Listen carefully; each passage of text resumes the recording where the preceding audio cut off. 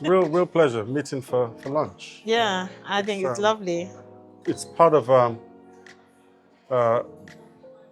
our home tradition, isn't it? Sort of to have important conversations over food. Around food, breaking bread and talking. Breaking bread and talking. But the Caine Prize has, if we're honest, has played a very important role in the regeneration.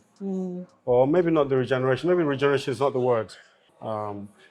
Bringing about a new phase of African literature.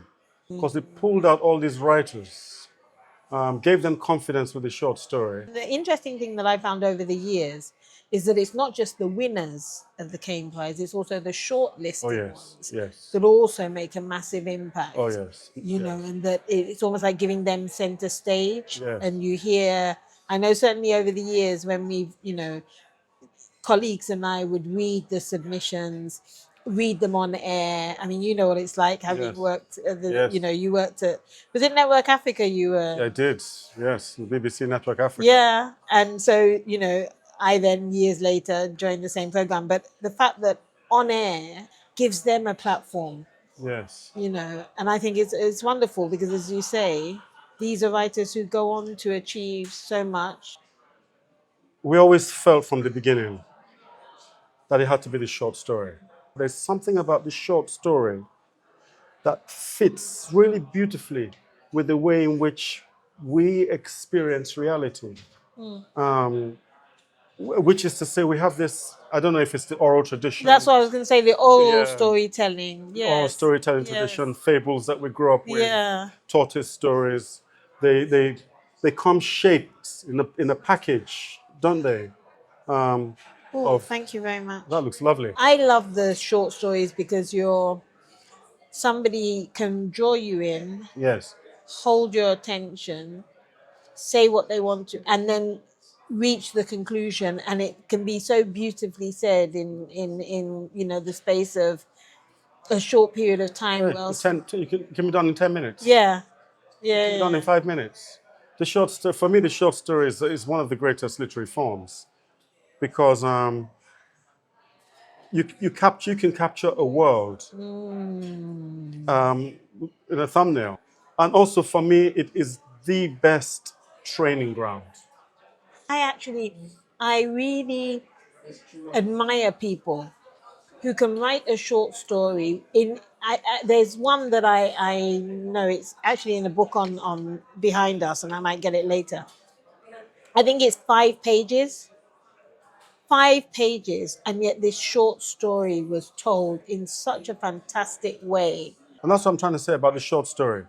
It is the best place to learn how to write. With the novel, you can write pages and pages and pages, lots of characters, good story, and the writing is bad. Yeah. With the short story, you can't get away with one sentence being bad. And I've been trying to get across to my fellow African writers, young writers especially. I want them to soak themselves in life. I want them to take an interest in everything.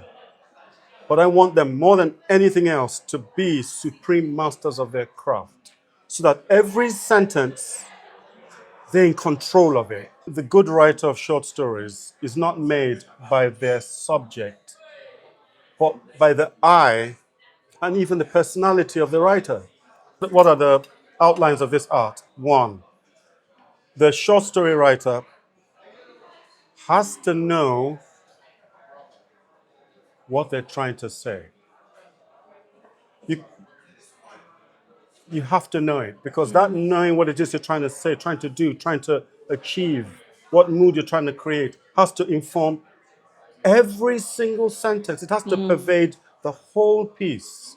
So that when you start reading it, if the opening sentence does not do the job of grabbing you by the collar and pulling you in, or seducing you in, if the first sentence does not do that job, it's already failed. Yeah. And I've been trying to get across to my fellow African writers, young writers especially. I want them to soak themselves in life. I want them to take an interest in everything.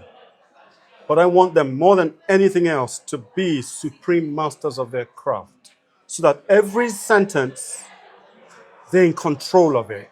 The ones which have really mesmerized me are the ones which are totally unrelated to Thank you. anything. They've just come from, and I Thank thought, you. I've been oh, saying this for years. The writers feel that they have to be a mirror of to what's the, happening. of what's happening Yes. and of the terrible things happening to our Yes. people, which is very noble, very great, very important.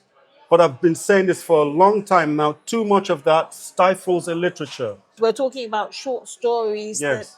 just, that, That should delight, yes, seduce, soothe, surprise, soothe, entice. Yes. entice, Yes. challenge, enrage, disturb, a whole range of things. Literature should be like a feast Yeah. where you have apple, you have mango here, you have fried plantain, you have jollof rice, you have fufu, you Yes. have ogbono, Yamachoma, you have, yes. you have all the, Yes, you can everything. pick. Yeah. You can just have some. Ugali, You can have yes. some ewa. Just can Sadza, have some yes. ewa just by itself, with a little bit of plantain. Yeah. You don't Yeah. always Yeah. have to have Yeah. the huge meat dishes. Yes. Yes. Yes. You Yes. know, that's Yes. what the literature should Like be. tapas. Like tapas. The literature Yeah. should, you should have choice. You should be able to Yeah. read.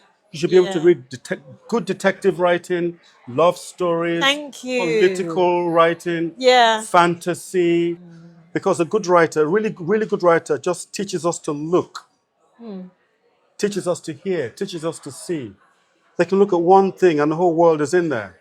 So, have you always felt that the successful short story is one that after you've read it, you're still thinking You think, about it yeah, hours later? yeah. Or it is still thinking about you hours later. You can't get it out of your head. Yeah. If you've written a story with the wrong language, but sometimes the language can fight against the story. If it's a tender story and you use aggressive language, You're killing. it's not going Yeah. to work. Yeah. But if it's an aggressive story and you use a very gentle language, well, it can work if you know what you're So doing. you have to marry the. You have to marry the Yes. tone with the subject. The short story has got, because it's so short, that's the beauty of it. It's, you don't have 200 pages to kill yourself over. It's only 5 pages. Yeah. You can lay the pages down on the floor. You can actually see where the story is going. It's almost like a painting It's like, that thank you, Bola. Yeah. Beautiful. It's like a Yeah. painting. The short Or story. even better, maybe a short story is like a recipe. When you're cooking, Yeah.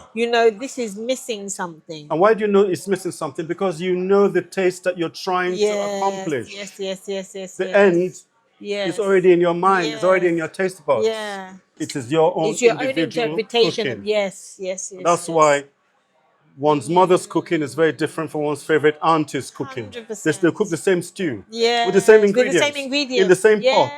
Yes. Yes, yes. And yet yes, you yes, taste one, yes. you're like, that's mom's stew. Yeah.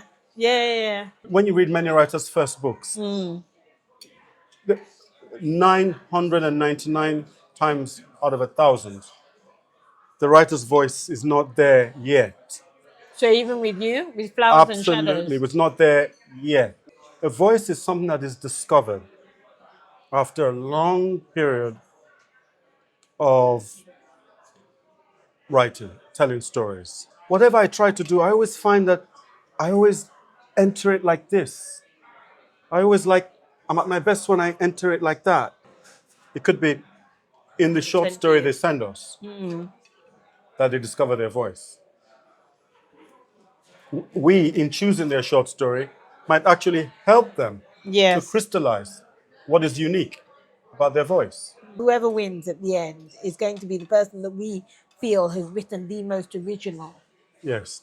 entertaining, liberating, Thought provoking. thought-provoking story. What happens after? I don't think it's the 10,000. I think it's the being selected. Almost like that nod of approval, or to say that what you're doing is right. That being selected, what does it do? The recognition. It opens up people's perception of their possibilities. It gives them confidence. It gives them a deepened sense of vocation. In many cases, it makes them feel like they're not wasting their time, that they're doing something that they're good at. It gives them encouragement. But the most powerful, the second most powerful thing that it does is that it draws attention to them from people who can totally transform their lives. Wrote a novel, I had to write that same novel so many times before it was rejected by, I still have my rejection scripts. Oh, wow. 20 different publishers Wow. before it was finally picked up.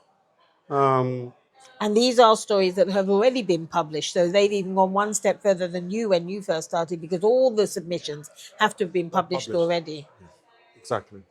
So they should, Yeah. you know, So they're be lucky. brave. They're luckier. But also be brave enough to put their submissions in. Send your stories in. Yeah. But No before matter how bizarre they even think their story is, because Yes. that's another thing. People Yes. shouldn't feel that there's a set format or criteria Yes. or style of book that we, the judges, are looking for. I think we're open to anything and everything. Yes.